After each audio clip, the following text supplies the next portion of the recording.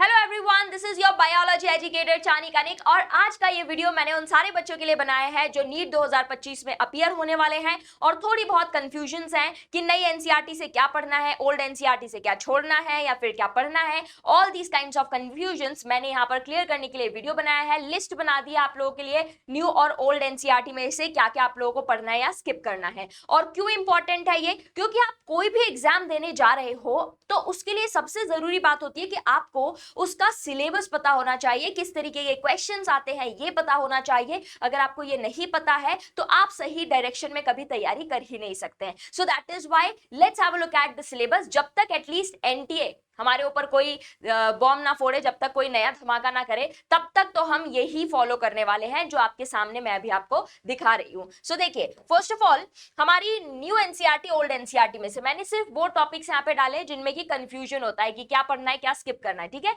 सो देखिए, old NCERT की अगर मैं बात करूं पहले तो ओल्ड एनसीईआरटी में there is a topic what is living. What is living वाला जो टॉपिक है ये हमें पढ़ना होता है क्योंकि ये बहुत ही बेसिक टॉपिक है। और वैसे तो लिविंग वर्ल्ड में से कोई क्वेश्चन नहीं आया था इस बार, और कभी आता भी है तो एक क्वेश्चन आता है, ठीक है। और ये बहुत ही जनरल और बेसिक टॉपिक है जिसको हम पढ़ते हैं क्योंकि ये एनटीए ने उसकी पीडीएफ में दिया हुआ था। ऑलराइट, देन टेक्सोनोमिक एड्स आपकी नई एनसीईआरटी में भी नहीं है, लेकिन ये आपकी ओल्ड एनसीईआरटी में दिए हुए थे। टेक्सोनोमिक एड्स पुरानी एनसीईआरटी से आपको नहीं पढ़ने क्योंकि ये आपकी न्यू एनसीईआरटी में भी नहीं है और आपके पीडीएफ में भी नहीं है। फिर उसके बाद हम अगर बात करें प्लांट किंगडम के अंदर लाइफ साइकिल्स जो दी होती थी, सो लाइफ साइकिल्स आप लोगों को ओल्ड एनसीईआरटी में दी गई है लेकिन न्यू एनसीईआरटी में नहीं है, एज वेल एज आपके एनटीए का जो पीडीएफ आया था उसमें भी ये नहीं इंक्लूडेड है। सो दैट इज व्हाई हम इसको भी स्किप करेंगे, इसको नहीं पढ़ना है।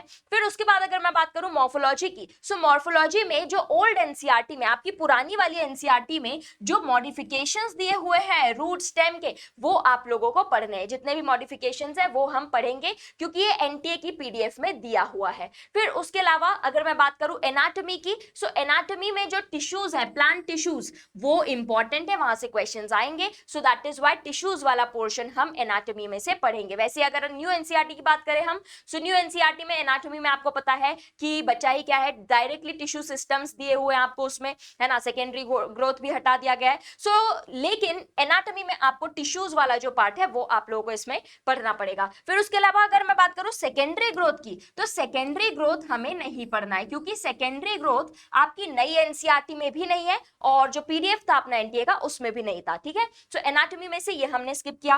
फिर उसके बाद अगर मैं बात करूं मॉर्फोलॉजी में फैमिलीज की, सो फैमिलीज के अंदर आपको पुरानी एनसीईआरटी में फैबेसी, लिलिएसी, सोलेनेसी, ये जो सोलेनेसी फैमिली है ये आपको ओल्ड एनसीईआरटी में भी दी हुई थी, तो सोलेनेसी फैमिली भी आपको पढ़नी है क्योंकि ये नई एनसीईआरटी में भी है। सो न्यू एनसीईआरटी में भी है, that's why you have to study Solanaceae. ये ओल्ड एनसीईआरटी में भी है और फैबेसी, लिलिएसी भी वी विल बी स्टडिंग। फिर उसके बाद अगर मैं बात करूं न्यू फैमिलीज की, जो नई फैमिलीज आपके एनटीए के पीडीएफ में लिखी हुई थी उससे कोई क्वेश्चन हमें नहीं आया इस साल।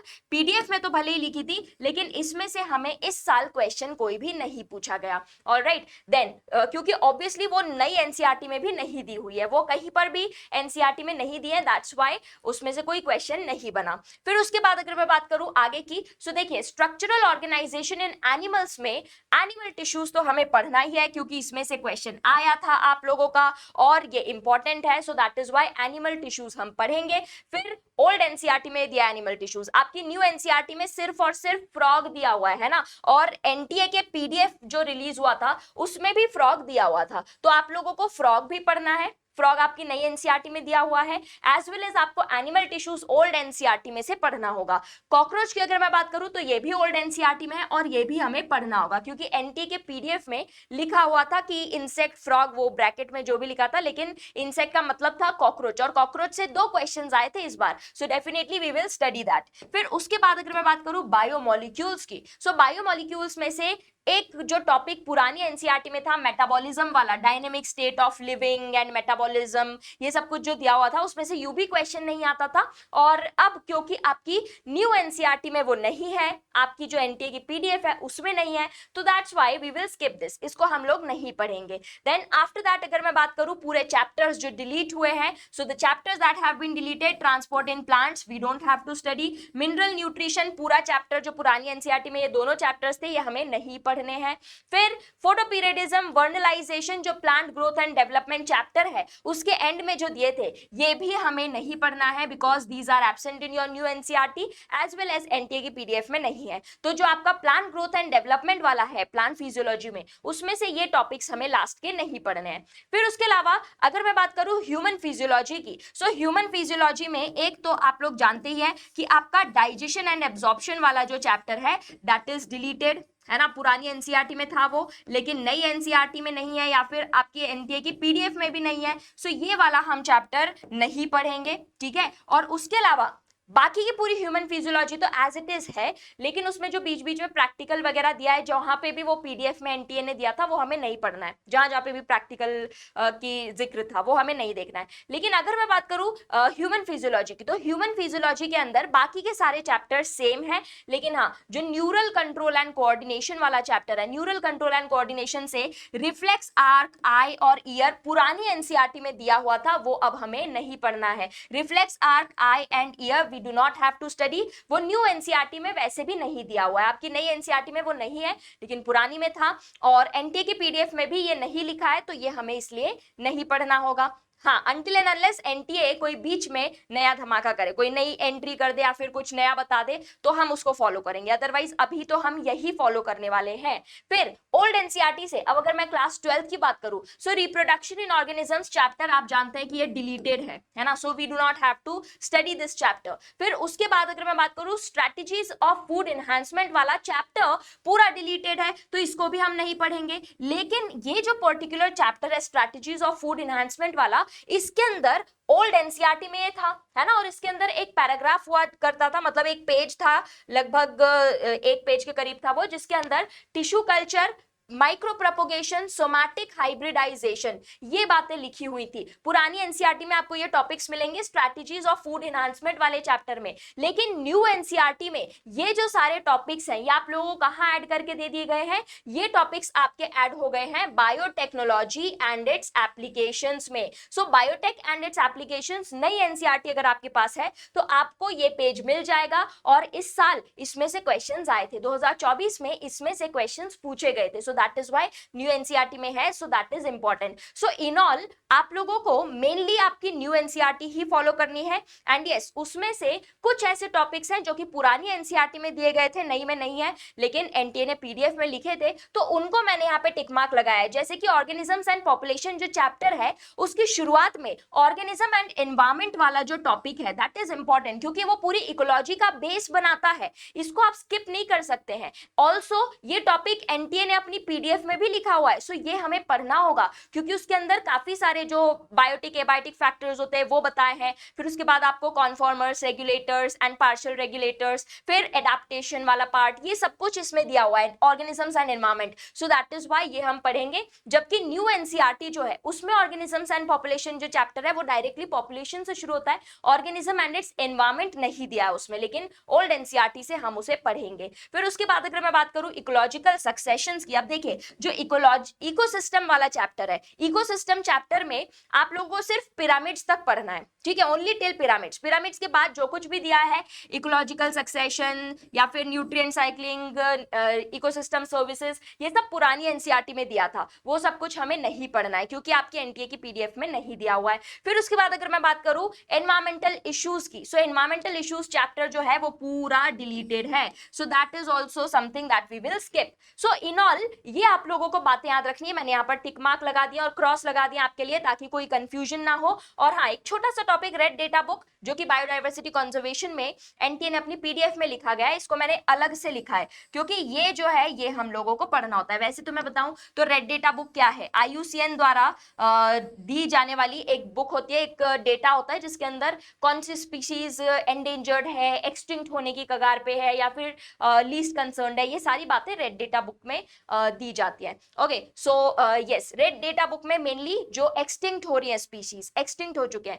वो स्पीसीज की लिस्ट इसमें होती है और कौन जनरेट करता है, IUCN। ऑलराइट, देन ये लिस्ट आप लोगों को यहाँ पर से देख लेनी है। और हाँ, मैंने एनटीए की जो आपकी PDF है वो भी यहाँ पर लगा दी है और इसमें से सारी बातें मैंने हाईलाइट कर दी हैं जो जो आप लोगों को याद रखनी है सारे यूनिट से। ये देखिए, ये PDF है जो कि हम अभी फॉलो करेंगे, ठीक है। और इसमें से भी क्या पढ़ना है क्या नहीं पढ़ना है वो मैंने शुरू में ही आपको बता दिया है। सो जब तक कोई नई PDF नहीं आती है, जब तक कोई नई अपडेट नहीं आती है, तब तक अब आप कुछ भी और नहीं सोचेंगे। जो कुछ भी मैंने आपको बताया है वो हम फॉलो करेंगे, बिकॉज उसी में से इस बार क्वेश्चंस आए थे। ऑलराइट, सो अब आपको बिल्कुल कंफ्यूजन नहीं रखना है और अपनी तैयारी अच्छी तरह से शुरू कर देनी है विदाउट एनी डाउट्स। इस बार trust yourself, you can do it. और अगर आप अपना 100% देंगे तो दुनिया की कोई भी ताकत नहीं है जो कि आपको रोक सके। सो आप लोगों को बस अपना शिद्दत से मेहनत करनी है, कंसिस्टेंटली मेहनत करनी है, बाकी सब कुछ हो जाएगा, सब अच्छा ही होगा। ऑलराइट, सो देखिए, एक इंपॉर्टेंट अपडेट है आप लोगों के सामने कि हमारा जो 1 ईयर का नीट यूजी प्लस सब्सक्रिप्शन है वो अब 5499 में है। और डेट, बच्चों की बहुत सारी रिक्वेस्ट आ रही थी कि डेट एक्सटेंड कर दो प्लीज इसकी, सो इसकी डेट एक्सटेंड कर दी गई है टिल 15th ऑफ मई। तो 15th ऑफ मई तक अब ये जो प्लस सब्सक्रिप्शन थे वो मिल रहे हैं आपको 5499 में। एंड प्लस सब्सक्रिप्शन का मतलब क्या होता है? प्लस सब्सक्रिप्शन का मतलब होता है कि अनअकैडमी प्लेटफॉर्म पर सारे एजुकेटर्स की क्लासेस, सारी बैचेस का access, study material, everything you are getting at that price. और यस, हमारी जो बैच है वो जल्द शुरू होने वाली है। और टीम स्पार्टन से अगर मैं आपको इंट्रोड्यूस करवाऊं, so these are the legends which will be teaching in team Spartans. Team Spartans के अंदर केमिस्ट्री के लिए SKC sir, Ramesh Sharda sir, AKM sir हैं, who are some of the best educators right now in India, पूरे India में chemistry के best educators. Then for physics you know there is KK sir, and then for biology there is Anmol Sharma sir and me, and we will be teaching you biology। मैं आप लोगों को पूरा biology करवाने वाली हूँ। दिसंबर तक का टारगेट रखेंगे कि इन डेप्थ पूरी की पूरी जो NCERT है उसको बिल्कुल ऐसे उसका क्रक्स निकाल के ऐसा कर ले कि कुछ भी कंसेप्चुअल आए, चाहे कैसा भी क्वेश्चन आए, आप उसको कर लो। फिर उसके बाद हम मल्टीपल टाइम्स रिवीजन करेंगे, मल्टीपल रिवीजन में आपको करवाऊंगी। एंड देन प्रैक्टिस, जो प्रैक्टिस क्वेश्चंस मैंने आप लोगों को जैसे इस साल दिए थे वैसे ही मैं हर साल देती हूँ। और आप लोगों को प्रैक्टिस मतलब एकदम रिगरस करवाऊंगी जिसके अंदर आप लोगों के हर तरीके के क्वेश्चंस कंप्लीट होंगे। देन अदर देन दैट, अगर मैं बात करूं प्लस सब्सक्रिप्शंस की, तो प्लस फीचर्स में 5499 के प्राइस में आप लोगों को क्या क्या मिलता है? इंडिया के जो टॉप एजुकेटर्स हैं उनके लाइव क्लासेस, फिर access to multiple live batches. मतलब ऐसा नहीं है कि आप इस प्राइस में सिर्फ एक बैच खरीद रहे हैं, आपको जितनी भी बैचेस चल रही है, जितने भी एजुकेटर्स हैं, सबका एक्सेस मिल रहा है। Then other than that 250 plus tests and 35,000 से ज्यादा प्रैक्टिस क्वेश्चंस, वीडियो सॉल्यूशंस आपको PYQs के मिलते हैं। फिर 1 मिलियन से ज्यादा डाउट्स, ऑलरेडी जो वीडियो डाउट्स है, सॉल्यूशंस है, वो आपको मिलते हैं। फिर लाइव डाउट सॉल्विंग तो वी विल डू इट, जैसे कि मेरी बैच अगर चल रही है तो मैं आप लोगों के लिए डाउट सेशंस भी अलग से लगाऊंगी लाइव। फिर उसके बाद आप लोगों को रिकॉर्डेड सेशंस भी मिलेंगे। एंड यस, आपको डिजिटल नोट्स इसके अंदर कॉम्प्रिहेंसिव मिलते हैं, पूरा मतलब स्टडी मटेरियल भी आपको इसके अंदर मिल रहा है। That means you can form your own batch. आप अपने खुद जो एजुकेटर्स आपको सूट करते हैं उनको सिलेक्ट कर सकते हैं। फिर आइकॉनिक फीचर्स की अगर मैं बात करूं बेटा, सो आइकॉनिक फीचर्स और भी कमाल के हैं। आइकॉनिक के अंदर आप लोगों को क्या क्या मिलता है? प्रिंटेड नोट्स मिलते हैं। सबसे पहले जो स्टडी मटेरियल है वो आपको प्रिंटेड मिलेगा, ठीक है। फिर उसके अलावा आप लोगों को ऑनलाइन सॉरी ऑफलाइन जितनी भी बैचेस है, ऑफलाइन उनका एक्सेस मिलेगा, ऑफलाइन बैचेस का एक्सेस, उनके लेक्चर्स का, उनकी क्लासेस का। फिर उसके अलावा आपको live 1-on-1 mentorship program you will get here and also NEET UG assurance. मतलब कि अगर आप लोगों ने एनरोल किया है तो आप लोग किसी भी स्टेज पर अपनी तैयारी के अटकते हैं, अगर आपको लगता है कि ये दिक्कत आ रही है, सो आपके लिए मेंटोर्स अवेलेबल होंगे और जो कि आपको अपने हर कदम पे आपका साथ देंगे पूरी जर्नी के अक्रॉस। ऑलराइट, और इसके साथ साथ में मतलब ये सारे फीचर्स तो है ही। तो आइकॉनिक का मतलब क्या है? ये सारे फीचर्स प्लस उसके साथ साथ में ये एडिशनल फीचर्स आपको मिलते हैं एट 14,999। तो these are the iconic features that you are getting here. और अगर इसके अंदर आप लोग मेंटोरशिप लेना चाहते हैं मेरी, सो आप लोग ये कोड यूज कर सकते हैं सब्सक्रिप्शन लेते टाइम, दैट इज चानी लाइव। ओके, चानी live. Now one more important thing, एक और इंपॉर्टेंट चीज है, एक और इंपॉर्टेंट बात है जो कि आप लोगों से शेयर करनी है। एनरोलमेंट करने के लिए जो लिंक है वो आप लोगों को डिस्क्रिप्शन में और कमेंट्स में भी मिल जाएगी। ये जो प्राइस है, तो ये जो ऑफर है ये 15 मई तक एक्सटेंड हो चुका है। सो अभी भी टाइम है, आप कमेंट्स में या फिर डिस्क्रिप्शन में जो लिंक है उस पे जाकर भी एनरोल कर सकते हैं। Then other than that, as I already told you कि team Spartans is there to help you throughout your selection journey. इस बार आपने जो भी गलतियां की हैं उसका एनालिसिस करेंगे हम, और अब इस साल वो गलतियां ना हो वो मेक श्योर करके आपका सिलेक्शन पक्का करवाना हमारी जिम्मेदारी है। देन अगर आप लोगों ने नीट 2024 दी है, so it's very good to know your rank, मतलब आप अपनी रैंक प्रिडिक्ट कर सकते हैं रैंक प्रिडिक्टर से, और उसकी लिंक भी आप लोगों को डिस्क्रिप्शन में मिल जाएगी। So go and predict your rank now. Result आने से पहले ही आपका थोड़ा सा एनालिसिस हो जाएगा, आपको थोड़ा आइडिया लग जाएगा कि आपकी रैंक किसके आसपास आने वाली है। Alright, so this is what I wanted to share with you all. और सिलेबस बताना इसलिए जरूरी था क्योंकि क्लासेस जल्द ही शुरू होने वाली है बेटा, एंड दैट इज वाई ये सारे जो कंफ्यूजन है इनको क्लियर कर लो और लग जाओ अपनी नीट 2025 की तैयारी में। सो मिलेंगे अब नेक्स्ट सेशन में, तब तक के लिए all the best everyone, take care. और क्या क्या समस्याएं हैं आपकी, क्या क्या कंफ्यूजन है, मुझे कमेंट्स में जरूर बताना।